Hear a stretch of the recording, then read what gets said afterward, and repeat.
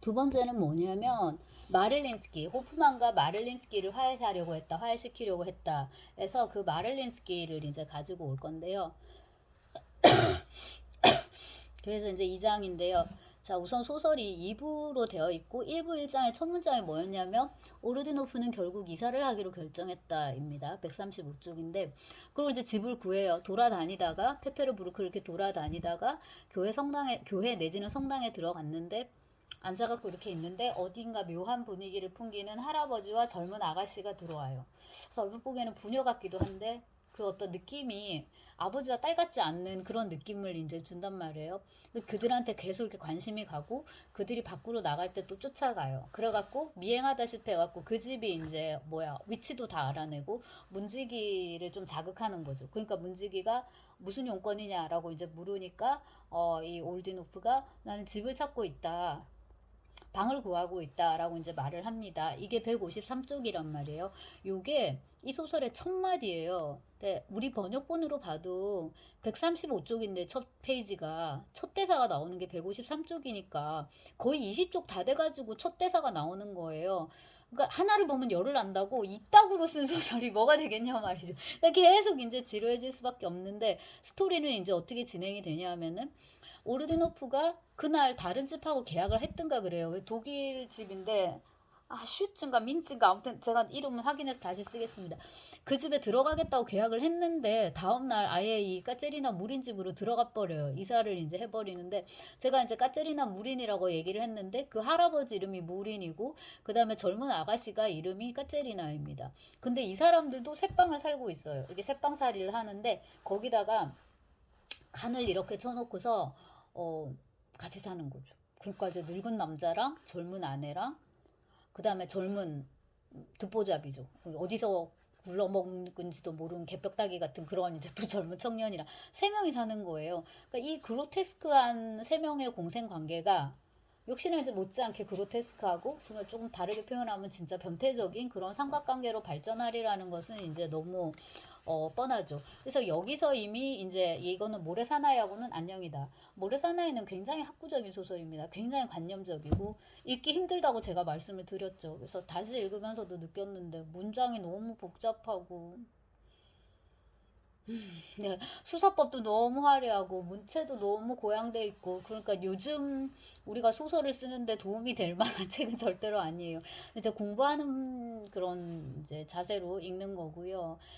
그래서 그 문체도 여사여사하지만 기본적으로 관념주의, 그 다음에 학구적이고 그 학구적인 걸 구체적으로 얘기를 해서 되게 과학적이고 그 AI를 만든다는 것 자체가 산학 협력을 해가지고 되게 과학적이고 이제 학구적인 그런 소설인데 여주인은 그거하고 이제 완전 다르게 에로틱하고 기괴한 연애담으로 가게 됩니다. 여기서 이제 마를린스키를 시키려고 했다 호프만과 그 벨린스키의 말을 상기해 볼 수가 있는데 마를린스키는 누구냐면요. 베스투셰프 마를린스키입니다. 내가 마를린스키를 좀 알아요. 그러니까 아마 국내에선 제가 제일 잘 알 수도 있어요.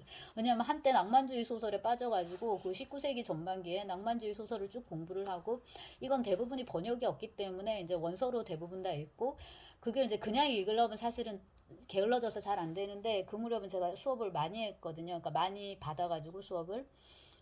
그래서 이제 대학원에서 낭만주의 산문을 또 한 학기 동안 하고 그랬는데 그때는 또 애들도 많았어요. 30대 저도 초반이고 그 다음에 이제 제자들도 그 우리 과가 이렇게 폭망하기 전이어가지고 네 애들이 많아가지고 돌아가면서 서로 읽고 또 토론도 하고 그 다음에 이제 또 애들을 그러니까 이혼 학생들이죠. 공부를 시키려면은 저도 공부를 해야 되는 거잖아요. 그 같이 하다 보니까 그 학기에 굉장히 소득이 많았는데 그때 이제 낭만주의기에 다른 작가 중에 대표적인 사람이 마를린스키입니다. 근데 마를린스키를 읽고 마를린스키 연구서가 하나 있어요. 근데 그거를 읽고 느낀 게 마이너 작가는 마이너인 게 다 이유가 있다. 그다음에 이제 연구자가 아무리 훌륭하고 아무리 열심히 공부를 해도 좀 잘 써주려고 해도 작가 자체가 미천이 이거밖에 안 되면 연구소도 이렇게밖에 안 나오는구나라는 거를 마를린스키를 비롯해서 몇몇 작가들이 있어요. 뭐 볼레보이도 있고 뭐 안토니 포고렐스키 뭐 이렇게 되게 B급은 아니고 마이너 작가들이 있는데 그 중에 하나가 또 오도옙스키인데 앞서 찍은 게 있을 거예요. 그 중에서 오도옙스키는 그래도 많이 잘 쓰는 편에 들어가고요. 마를린스키는 당대에 엄청나게 인기를 누린 작가입니다. 왜냐하면 마른리스키가 연애 소설을 많이 썼고 사교계 소설, 세태 소설 이런 걸 많이 썼는데 아마 요즘으로 치자면은 웹소설 일 거예요. 웹소설의 형태로 네이버나 이런데 웹소설, 웹툰의 형태로 유통되는 다양한 라이트 노벨 이런 표현 쓰는지 모르겠는데 라이트 노벨. 근데 라이트 노벨도 잘 쓰면은 또 네, 그게 또 그쪽으로 옛날에 우리 하인틴 로맨스 이런 것처럼 그리고 어릴 때 그 순정 만화 읽으면 공부 못하고 대학 좋은데 못 간다고 이제 했었는데 그 순정 만화도 네. 그것도 또 잘하면 그 나름으로 일가를 이룰 수 있는데 황미나 생각났다. 네, 황미나의 우리는 길 잃은 한 마리의 새를 보았단가? 네, 아무튼 이제 그런 식으로 이제 그 시대 그 10대 한 중반의 감성이 호소할 수 있는 그런 순정 만화들이 있단 말이에요. 근데 마를리스키가 이제 그런 계열의 소설을 쓴 거죠. 되게 소설 같은 소설을 쓴 거예요. 현실에서는 일어나기 힘든 뭐 일어나서도 아마 안 될 법한 그런 이제 연애 소설들을 이제 쓴 거죠. 달짝지근한. 그 벨린스키가 뭐라고 평했냐면 재능과 기법은 뛰어나지만 현실적 삶과 진실이나 심오한 사상이 또 없다. 그리고 소설이 어떻다? 지나치게 인위적이다라고 이제 독하게 벨린스키가 비판을 했습니다. 독하다고 해야 되나요? 근데 이제 하나는 인정을 했어요. 그래도 소설 좀 재주는 있다. 기법도 뛰어나다. 근데 벨린스키의 평가는 항상 옳았던 것 같아요. 왜냐하면 어쨌거나 마를린스키는 문학사에 아, 남았다고 할 수도 있겠네요. 낭만주의에 이런 거를 대표하는 작가. 근데 이제 진정한 작가는 문학사를 뛰어넘는 건데 거기까지는 못 간 거예요.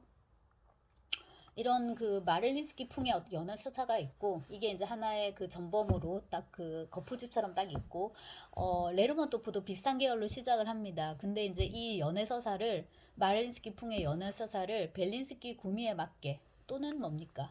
더 이제 객관적으로 얘기를 하자면 문학사가 나아가야 할 방향이 있어요. 그래서 문학사의 나아갈 방향에 맞게 발전시킨 작가가 바로 레르몬토프입니다.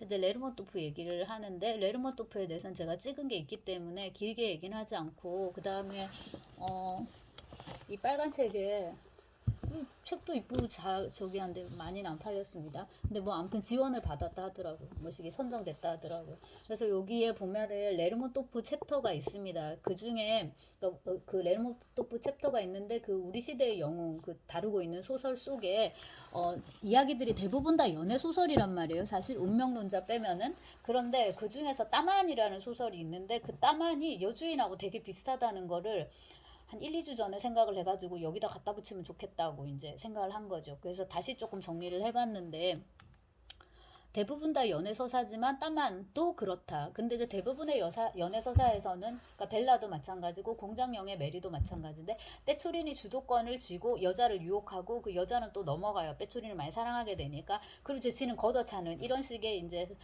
굉장히 이제 그 남혐 이런 걸 불러일으키는 이제 연애서사인데 흔해 빠진 그 무렵 낭만주의의 그런 서사입니다. 벨라에서는 깝카스 공주 그러니까 족장의 딸을 유혹하고요. 공장영의 메리에서는 말 그대로 공장영의 메리 를 유혹하면서 또 동시에 자기가 참사랑이라고 생각하는 거는 베라라는 여성인데 그녀는 옛날 여친이면서 지금 현은 다른 남자의 아내예요. 그러니까 이건 뭐야? 불륜 관계가 되는 거예요. 이런 식의 이제 세속적인 되게 복잡하지 않죠. 이게 연애 스토리인데 그 18세기 프랑스 같은 데서도 많이 썼던 이제 그런 것. 그리고 이제 적과옥도 사실 보면 레나 부인하고 거시기가 또 불륜이기 때문에 줄리앙 소렐이 뭐 그런 것들이죠. 이런 건데 따마는 뭐가 다르냐면 일단 주인공이 빼초린인데 빼초린이 밀려요. 여기서는 빼초린이 관찰자의 역할을 합니다. 호기심 어린. 그리고 이제 바보로 판명되는 걸로 이제 소설이 가는데 줄거리를 잠깐 요약을 하면 여기서 이제 젊은 장교 빼초린은 까파슨과 어디로 가는 중에 따만이라는 해안도시에 묵게 돼요.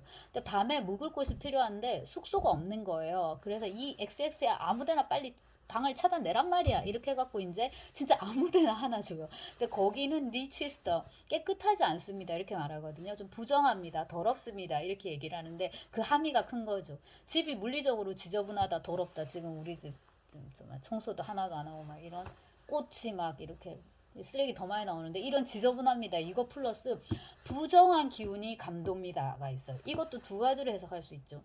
약간 범죄적인 그런 느낌, 슬럼가 느낌 그런 부정함도 있고요. 그 다음에는 음산한 뭔가 종교적이고 미신적이고 그런 느낌이 있단 말이에요. 이 세 가지를 땀 안에 이 오두막이 같이 다 포함하게 됩니다. 떡 갔더니 주인 할머니가 계세요. 근데 할머니가 나 귀 안 들려요 하는데 너무 잘 들어요.